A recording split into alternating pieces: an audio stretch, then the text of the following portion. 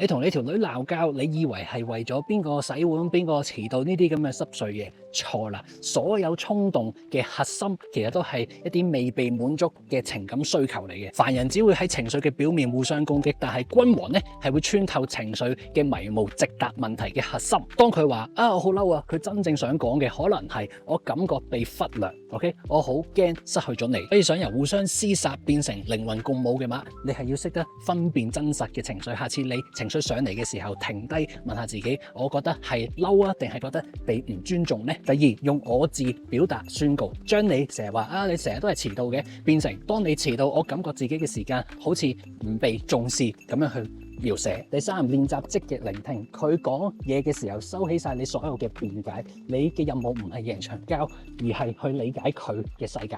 同佢講，我聽得到你感覺好委屈，你可唔可以講得多啲俾我聽呢？當你提供一啲可以俾佢完全安全地展示脆弱嘅神殿，所有嘅問題就會迎刃而解，因為佢要嘅唔係要道理，而係理解。